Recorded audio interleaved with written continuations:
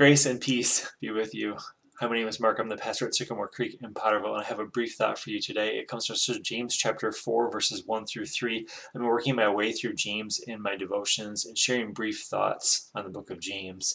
And as I read through this section today, there's this realization, right, that we often tend to romanticize or idealize the past. And in particular, in this case, it's sometimes easy to over romanticize or idealize the early church. You know, we think it must have been so amazing to be part of the early church. It would have been so amazing. Can you imagine receiving James' letter?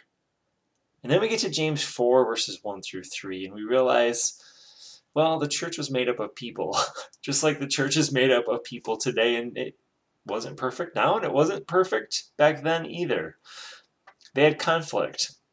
And what is the root of that conflict? Well, James is blunt, both for the early church that he's writing to, and I think for us today, the root of conflict is selfishness. The root of conflict is selfishness. What James is saying is that you will not have true peace. You'll not have true peace until you deal with your own selfishness. You see, James says we resolve conflict first by acknowledging our own selfishness. We deal with conflict first by acknowledging our own selfishness. Now, a great way to move away from selfishness is prayer.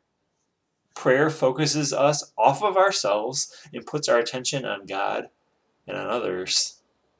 And how we pray reveals our selfishness, or hopefully a lack of it. I invite you to pray to God today that you might humble yourself, that you might lay down your selfishness, and that through putting God first, you might find peace, true and lasting peace. Grace and peace be with you.